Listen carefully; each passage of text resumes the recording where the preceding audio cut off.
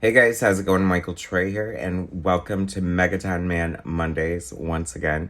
Hard to believe we are up to issue number 6, week number 6 of Don Simpson's amazing indie comic from the mid 80s, Megaton Man.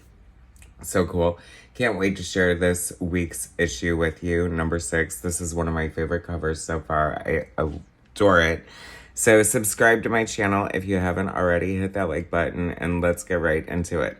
Okay, so the weekly series continues. Megaton Man. I have, this is I'm a longtime Don Simpson fan, but it's weird. I call myself like a peripheral Don Simpson fan because my limited exposure to him was like an image of Megaton Man from a news publication or anthology or something like that I did a video about. So look for it, bitches. Anyway, totally always loved his art. I felt like it was like this sort of like muscle bound, sort of like exaggerated sort of Cyclops ripoff in a way. And I was gonna make a joke that this is actually Marvel's new comic book. DC and Marvel have come together in the woke universe, and Cyclops and Superman have a love child, and this is it, Megaton Man. That would be low-key awesome, wouldn't it? Anyway, no, this is way better, but I digress, right? So here we are. Oh, I should mention I'm filming this on my birthday, so happy birthday to me, and heavenly birthday to Elvis and David Bowie. Rest in power, fellas. Anyway, so I love this cover. It's so meta. The artistry is just beautiful. Like, I'm guessing, I don't know who covered it. Oh, yeah, actually the credits are on the inside, so we'll know. But I really love it. It's very reminiscent of Kyle Baker to me. If you're familiar with Kyle Baker's work, this looks sort of like the vibe of like his Plastic Man series, and I love his art. Don Simpson's art continues to grow and evolve over this series, and I love it. I love the post-it note on the cover. Plot for issue number 6. Explosion, fight scene, recap. Explosion, fight scene, flashback. Explosion, fight scene, continued. He continues to deconstruct, superheroes and comic books and sort of life in general. It's time I started killing off one or two of you characters, don't you think? I love that too, in a way. Like, once again, I, try to like paint this picture of Don Simpson, as this sort of, prophet through this hindsight is 2020 lens that I'm looking through. I feel like I'm not clever enough to sort of piece it together. So maybe I'm going to have to, I don't know, just like read it all at once. Once again, part of the reason I'm doing this series, aside from the fact that, to gain viewers and content for my channel and sort of preserve comic history in a way through my weird, twisted lens, of course. But, is because 2023, the year we are now in, is the year of Don Simpson. I predicted, because I'm psychic, damn it. And I just feel it. Like, the Megaton Man omnibus is coming out. Don Simpson is like furiously completing the long promised, literally, and not even by him, the 1963 annual. That was supposed to conclude Alan Moore's big 1963 sort of event at Image Comics. If you know about it, whatever. Don Simpson, who apparently has, in addition to being an amazing cartoonist, is also a professional Alan Moore troll. But, deservedly so. He worked with him, got screwed over by him. Many artists did. So he's finishing the annual. He lettered the first series, so why not? It's in good hands with Don Simpson. If you follow him on Facebook, I'll try to remember to link his blog and his Facebook or whatever. It's totally worth it. You can read the whole story before it comes out.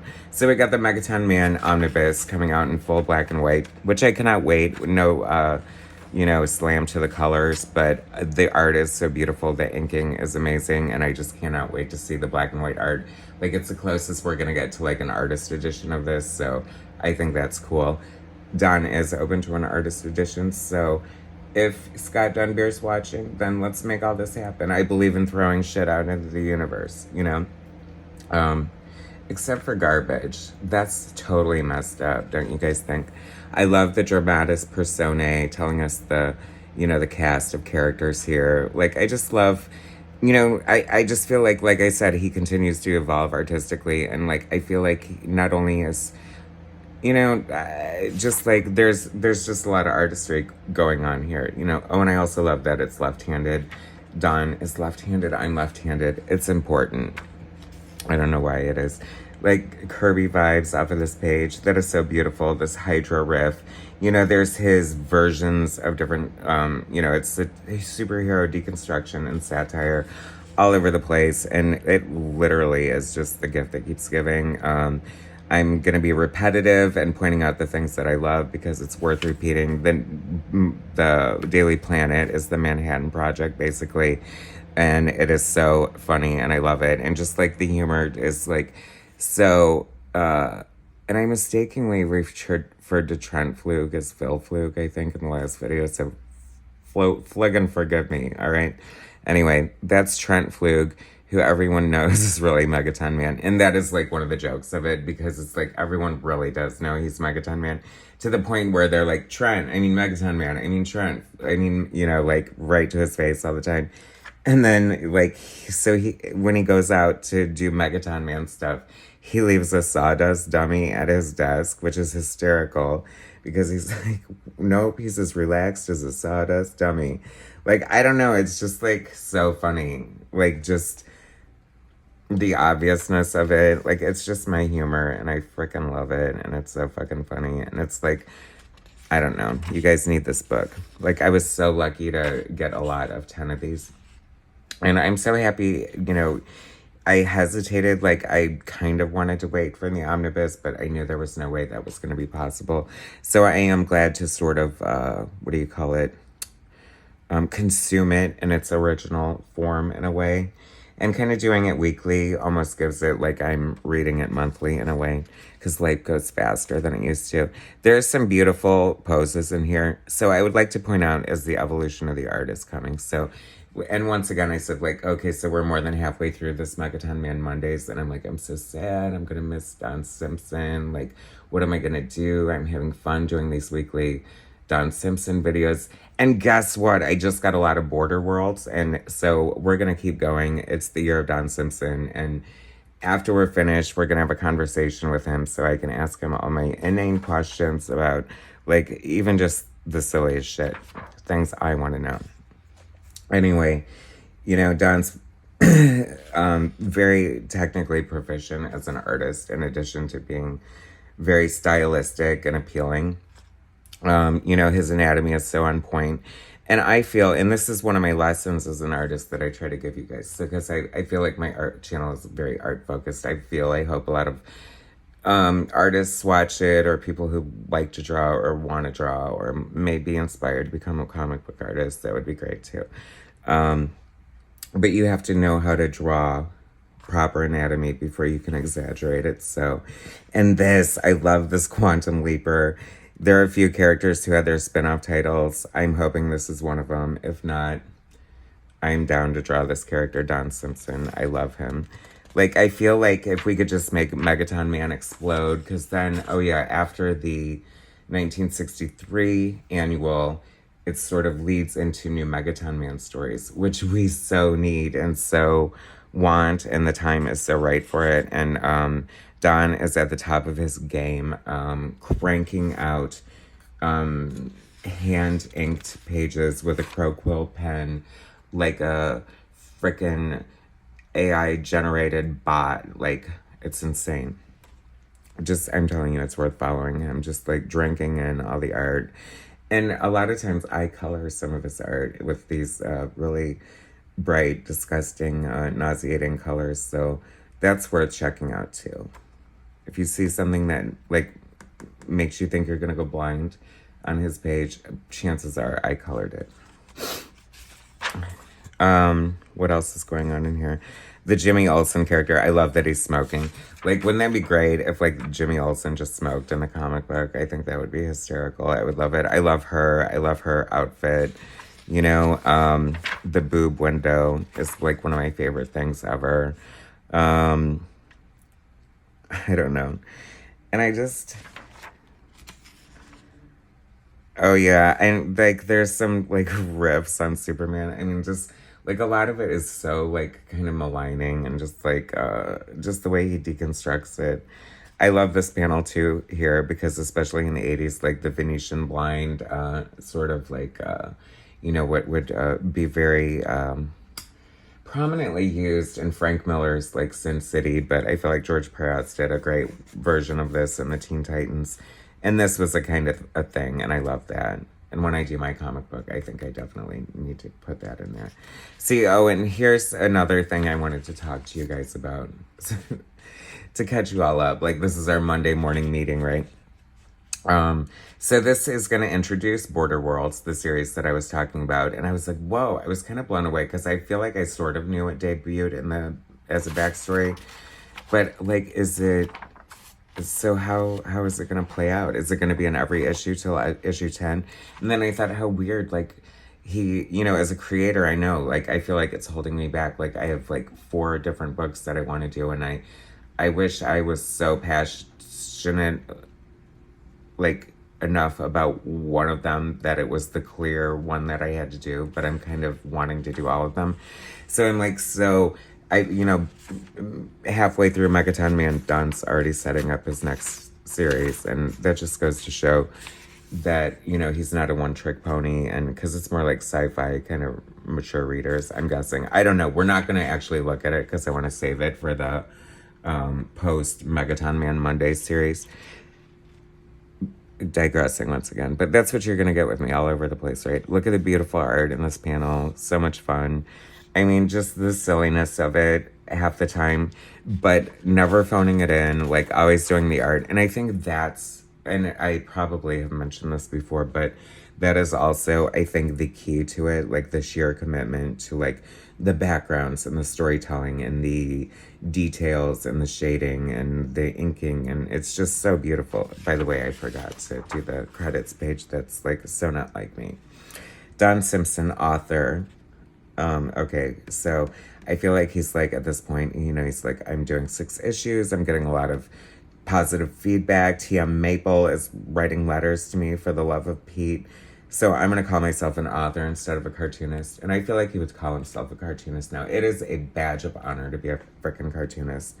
I mean, with Stephen King, Dean Koontz, Danielle Steele, J.K. Rowling, anybody can be an author. Not anybody can be a cartoonist. Ray Fehrenbach, color artist, and Bill Poplawski, Pete Poplawski, cover color. Now, I'm wondering if Pete covered all the colors or if just because this feels special. I feel like there's effects happening. There might be color holds or overlays or some shit. Another question for Don when we're talking. Because, and then we'll talk when the frickin' omnibus comes out, too. Because why not? It's never a bad time to talk to Don Simpson.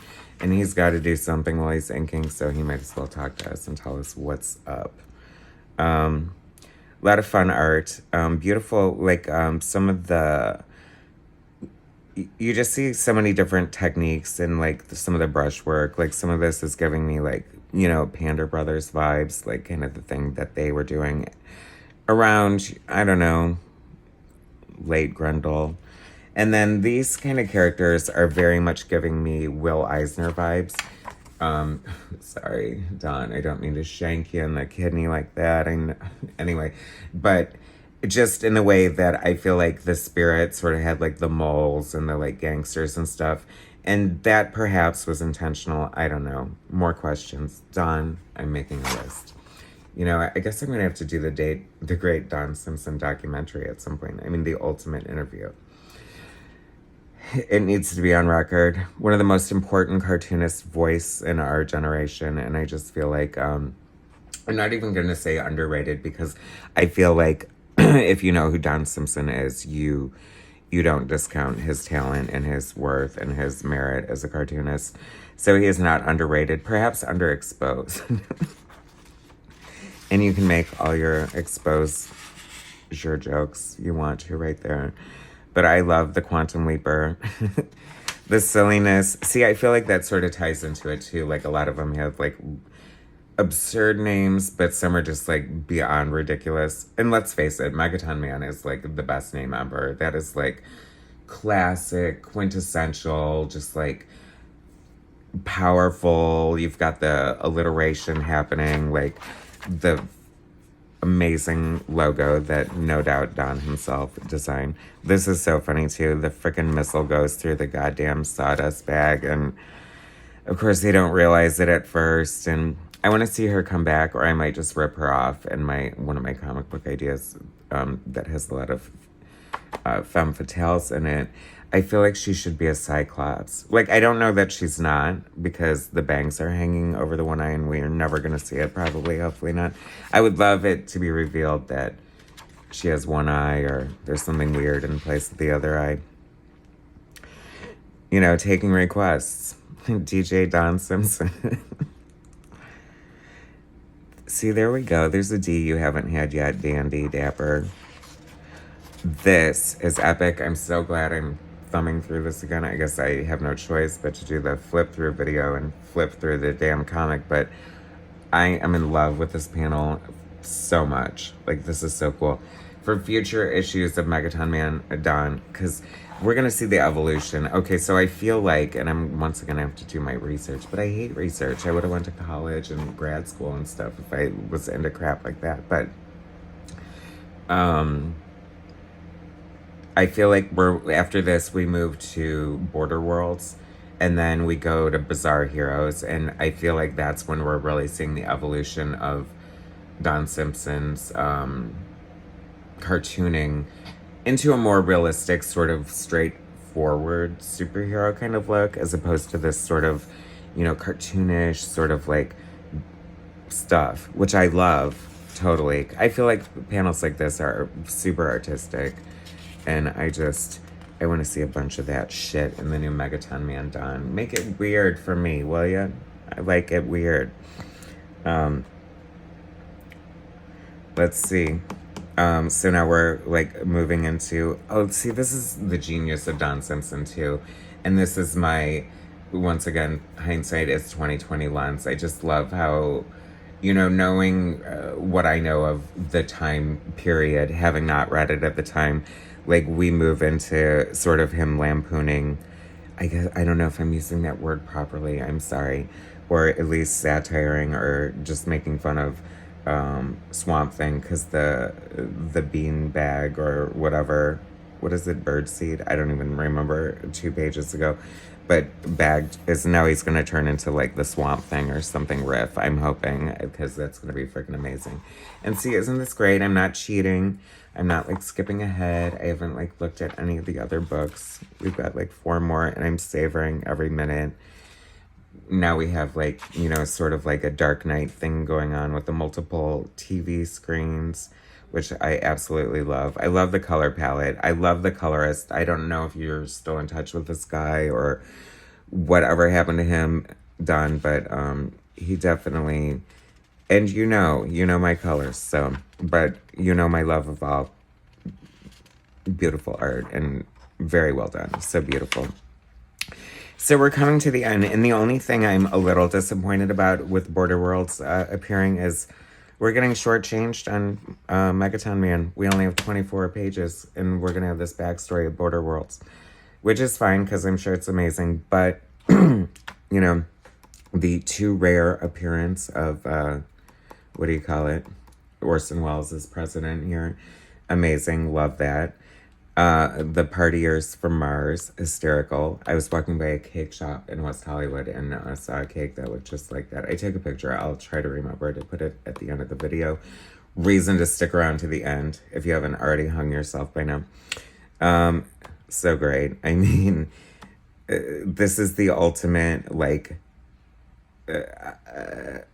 ridicule of Clark Kent wearing glasses to pretend like he's not Superman, like Megaton Man just leaving his mask on and putting a hat on. I mean, Don, genius. We know he's a genius, okay?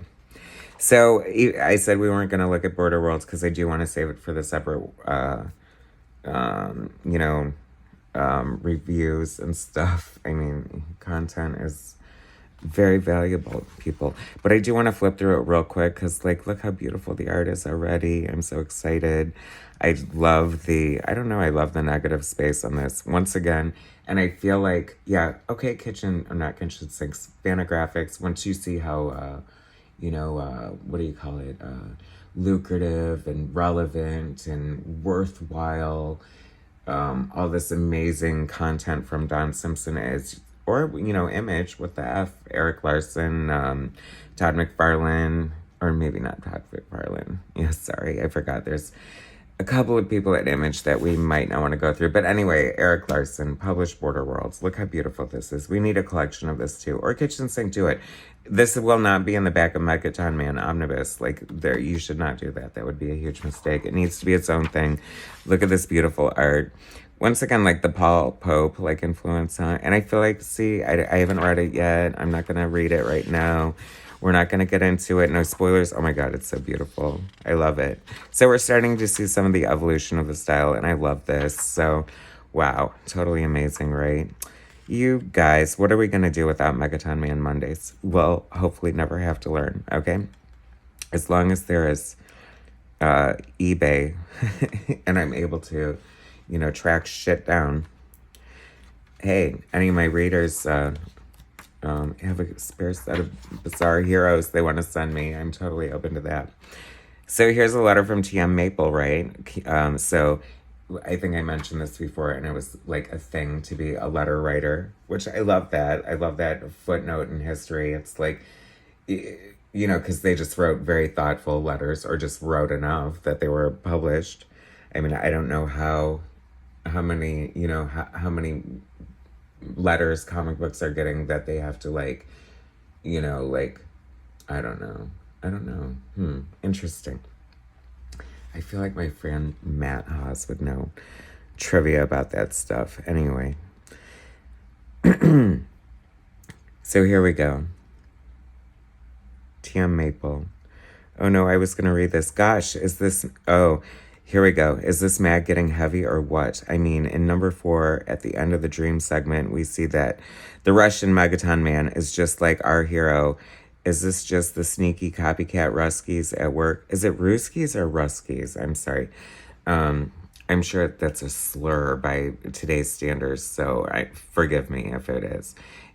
I feel like it was probably used a lot in the X-Men, Canuck and all that stuff, right? None of that's acceptable anymore. It is a fevered fallacy of MM's tiny mind. Mr. Simpson, you have me on pins and needles, but onto important matters, the letter column. I noticed that those two wonderful people, Richard Bruning and Mike Barron, got a nice editorial note explaining who they were and what they've been doing, yet there was no such note for me. This is hysterical that I'm picking to read this. I don't know why. Hit like and subscribe if you're about to hit stop. I figure it was either a fluke or oversight, or you felt unworthy of the task of summarizing me in just a few words. In either case, I thought I'd help by writing the note for you. And here comes Don Simpson. I'm hoping it's Don anyway. So, new question for Don. I'm sure he answered the letters pages. There's no way he didn't. TM Maple is a legendary figure from our wonderful neighbor to the north, Canada. His words of wisdom are revered throughout the civilized world as astute insights into the true nature of the universe itself. Noted for his modesty, this towering figure of the modern world is known to accept gifts of cash and major appliances. That is freaking hysterical. Don Simpson. By the way, in an ad in number 5, Megaton Man says that anyone who doesn't read Kitchen Sink's other mags is a lousy American. I'm glad he brought this up. This puts me in a bit of a quandary. Great admirer of MM that I am. In a way, any good Canadian would make a lousy American. This is so hysterical. We'd sing national anthem at ball games, call the last letter in the alphabet Z, and other un-American things. I shouldn't even mention that I actually like the color red and own a hammer and a sickle. Does this mean in order to be a good Canadian, I have to get up reading all the other wonderful kitchen sink mags? TM Maple, real editor's note, no. Okay. Anyway. And then we have what? A picture of Megaton. Okay, this is gonna have to be the selling point of my video right here. Frickin' Megaton Man and the Teenage Mutant Ninja Turtles, drawn by Kevin Eastman. So, I mean, look, for those of you who stopped watching and didn't get to that point, you're insane, first of all, for not hanging until the end. And second of all, you missed out on the frickin' picture of Kevin Eastman drawing Megaton Man. How are you never, like, touting that and tooting your horn about that, Don Simpson? We have so much to unwrap, so much to look forward to. I'm so excited that Megaton Man continues to be a success. So spread the word, share the love, and hit like, subscribe, and come back for more next week. Thanks for watching, guys.